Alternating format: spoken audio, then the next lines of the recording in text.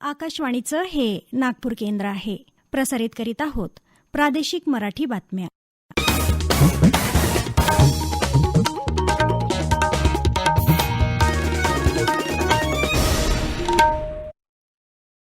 आकाशवाणी नागपूर. स्वाती सोनपेटकर आपल्याला प्रादेशिक बातम्या देत आहे. ठळक बातम्या. नारी शक्तीच्या माध्यमातूनच विकसित भारताची पुढील वाटचाल, उपराष्ट्रपती जगदीप धनखड यांचं गोंदियात प्रतिपादन.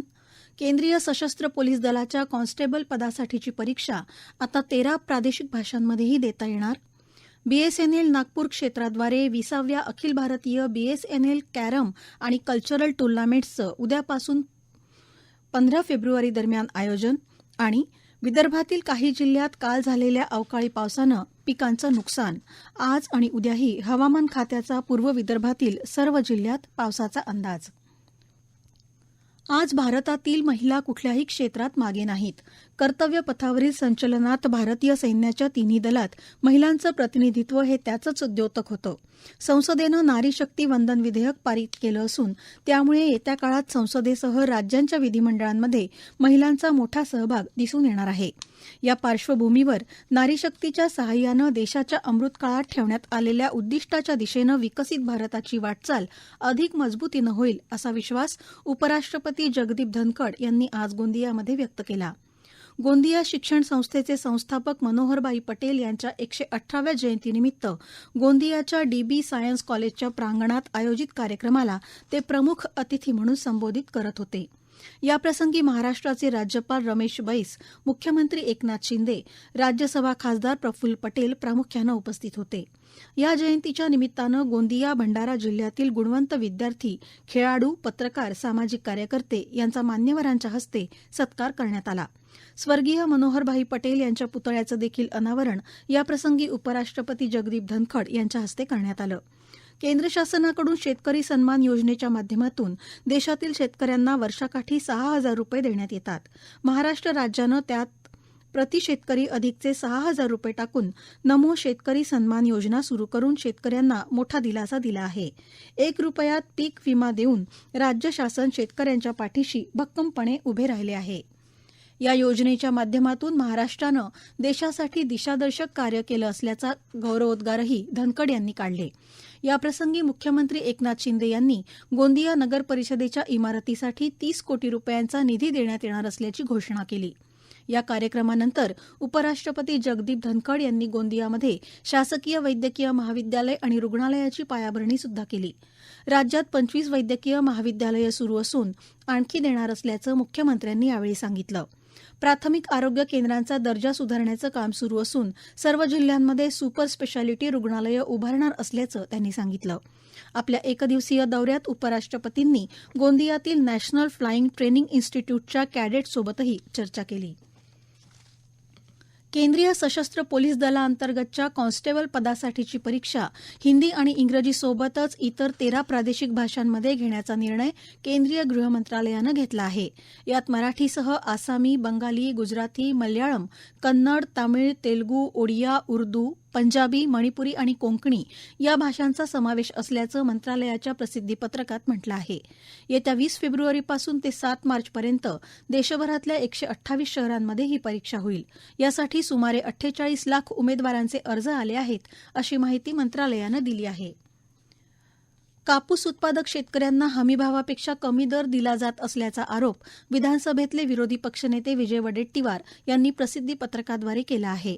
हमीभावापेक्षा कमी दरानं कापूस खरेदी करणाऱ्या व्यापाऱ्यांवर गुन्हे दाखल करण्याच्या सूचना उपमुख्यमंत्री देवेंद्र फडणवीस यांनी दिल्या होत्या. मात्र शेतकऱ्यांना हमीभाव मिळेल अशी व्यवस्था शासनानं उभारली नाही, असं त्यांनी म्हटलं आहे. राज्य सरकारनं कापूस पणन महासंघाची केंद्र तातडीनं सुरू करावी, हमीभावानंच कापूस खरेदी करावी, खरेदी केलेल्या कापसाचे धनादेश तातडीनं द्यावेत आणि सीसीआयच्या जाचक अटी रद्द करण्याची मागणी वडेट्टीवार यांनी केली आहे. केंद्रीय मंत्री नितीन गडकरी यांनी काल नागपुरातील विविध विकास कामांचा आढावा घेतला. महाल येथील बुधवार बाजार, दिव्यांग पार्क, गोकुळपेठ मार्केट, दिव्यांग स्टेडियम, धापेवाडा येथील एसटीपी प्रकल्प आदी विषयांवर अधिकाऱ्यांसोबत त्यांनी सविस्तर चर्चा केली. गडकरी यांनी सर्वसामान्य जनतेच्या सोयीसाठी प्रस्तावित असलेले प्रकल्प तातडीनं पूर्णत्वास नेण्याच्या सूचना अधिकाऱ्यांना केल्या. महाल येथील बुधवार बाजाराच्या संदर्भातील संपूर्ण कायदेशीर कार्यवाही पूर्ण झाली असल्याची माहिती मनपा आयुक्तांनी दिली. त्यावर तातडीनं बांधकाम सुरू करण्याचे निर्देश गडकरी यांनी दिले. आकाशवाणी नागपूरच्या प्रादेशिक वृत्त विभागात कंत्राटी तत्वावर अर्धवेळ वार्ताहर नियुक्त करण्यासाठी पात्र उमेदवारांकडून अर्ज मागवण्यात येत आहेत. या संदर्भातली माहिती प्रसारभारती.gov.in/pb व्हॅकन्सी या सदराखाली उपलब्ध असून विहित नमुन्यातील अर्ज rnu2013 nagpur@gmail.com या ईमेलवर येत्या 17 फेब्रुवारीपर्यंत पाठवता येतील. केंद्रीय दूरसंचार मंत्रालयाच्या अधीन सार्वजनिक उपक्रम असलेल्या भारत संचार निगम लिमिटेड बीएसएनएलच्या नागपूर कार्यालयाद्वारे येत्या 12 ते 15 फेब्रुवारी दरम्यान 20व्या अखिल भारतीय बीएसएनएल कॅरम आणि कल्चरल टुर्नामेंटचं आयोजन करण्यात आलं असून 12 फेब्रुवारी रोजी सकाळी 10 वाजता आमदार निवास परिसरात बीएसएनएलच्या महाराष्ट्र दूरसंचार परिमंडळाचे मुख्य महाव्यवस्थापक रोहित शर्मा यांच्या हस्ते उद्घाटन होणार आहे. सन्माननीय अतिथी म्हणून कोअर नेटवर्क पश्चिम क्षेत्राचे मुख्य महाव्यवस्थापक प्रशांत पाटील उपस्थित राहतील, तर अध्यक्षस्थानी बीएसएनएल नागपूरचे प्रधान महाव्यवस्थापक यश पान्हेकर राहतील, अशी माहिती आज बीएसएनएल नागपूरचे प्रधान महाव्यवस्थापक यश पान्हेकर यांनी आज पत्रकार परिषदेत दिली. 12 ते 15 फेब्रुवारी या 4 दिवसीय सांस्कृतिक टुर्नामेंटमध्ये 15 राज्यांतून 148 सहभागी सांस्कृतिक कार्यक्रम सादर करतील, ज्यामध्ये एकल गायन, एकल वाद्य, संगीत, एकल नृत्य, त्याचप्रमाणे समूह नृत्य, नाटक यांचा समावेश राहणार आहे. स्पोर्ट्स टुर्नामेंटमध्ये 17 राज्यातून 200 खेळाडू सहभाग घेणार असून या स्पोर्ट्स टुर्नामेंट सेमिनरी हिल्स येथील बीएसएनएलच्या प्रादेशिक प्रशिक्षण केंद्रामध्ये होणार आहेत.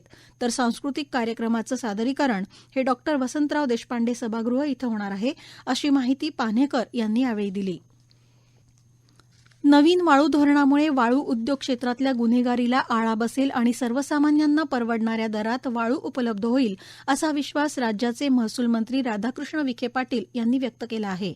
पाटील यांच्या हस्ते आज अकोल्यात ताकवाडा इथं शासकीय वाळू विक्री केंद्राचा शुभारंभ झाला, त्यावेळी ते बोलत होते. यावेळी पाटील यांच्या हस्ते लाखपुरी इथल्या लक्षेश्वर संस्थानाच्या सभागृह आणि सौंदर्यीकरण कामांचं भूमिपूजनही झालं. हातमाग विणकरांनी विणलेल्या उत्कृष्ट हातमाग कापड नमुन्यांना प्रोत्साहन देण्याकरता सहकार, पणन आणि वस्त्रोद्योग विभागाच्या वतीनं विभागीय हातमाग कापड स्पर्धा 2023-2024चं आयोजन करण्यात आलं आहे. विभागीय आयुक्त नागपूर यांच्या अध्यक्षतेखाली 16 फेब्रुवारी रोजी दुपारी 4 वाजता प्रादेशिक उपायुक्त वस्त्रोद्योग कार्यालय, नवीन प्रशासकीय इमारत क्रमांक 2, 8वा माळा, सिव्हिल लाईन्स, नागपूर इथं आयोजन करण्यात आलं आहे. विदर्भातील वर्धा, अमरावती, यवतमाळ इथं काल झालेल्या अवकाळी पावसानं पिकांचं नुकसान झालं आहे. अमरावती जिल्ह्याच्या धामणगाव रेल्वे तालुक्यात तळेगाव, देवगाव परिसरात काल सायंकाळच्या सुमारास गारपिटीसह जोरदार पाऊस झाला. यवतमाळ जिल्ह्यातल्या बाभुळगाव तालुक्यालाही काल अचानक गारपीट, सोसाट्याचा वारा, विजेच्या कडकडाटासह झालेल्या अवकाळी पावसानं तडाखा दिला. सुमारे 3000 हेक्टर क्षेत्रावरच्या पिकांचं नुकसान झाल्याचा प्रशासनाचा अंदाज आहे. अवेळी पाऊस आणि गारपिटीचा फटका हरभरा, गहू, कांदा या पिकांना बसला आहे. वर्धा जिल्ह्यातील देवळी तालुक्यातील रत्नापूर, मुरदगाव, इसापूर, फतेपूर या परिसरात काल सायंकाळी 5:30च्या सुमारास पावसासोबत गाराही पडल्या. या पावसामुळे काढणीला आलेल्या गहू, तूर या पिकांना धोका असल्याचं शेतकऱ्यांनी सांगितलं. दरम्यान नुकसान ज्या ठिकाणी झालं त्या ठिकाणी शेतकऱ्यांना सर्वतोपरी मदत करूच, परंतु ज्या ठिकाणी अशा पावसाचा अंदाज व्यक्त करण्यात आला आहे तिथं देखील आम्ही सतर्कतेचा इशारा देऊन संभाव्य नुकसान टाळू, असं उपमुख्यमंत्री देवेंद्र फडणवीस यांनी नागपूरमध्ये प्रसारमाध्यमांशी बोलताना सांगितलं. दरम्यान नागपूरच्या प्रादेशिक हवामान खात्यानं पुढील 1 तासात वर्धा, नागपूर आणि चंद्रपूर जिल्ह्यांमध्ये काही ठिकाणी विजांच्या कडकडाटासह गारपीट तसंच हलक्या ते मध्यम पावसाची शक्यता वर्तवली आहे. यवतमाळ जिल्ह्यातही हलका पाऊस पडण्याची शक्यता आहे.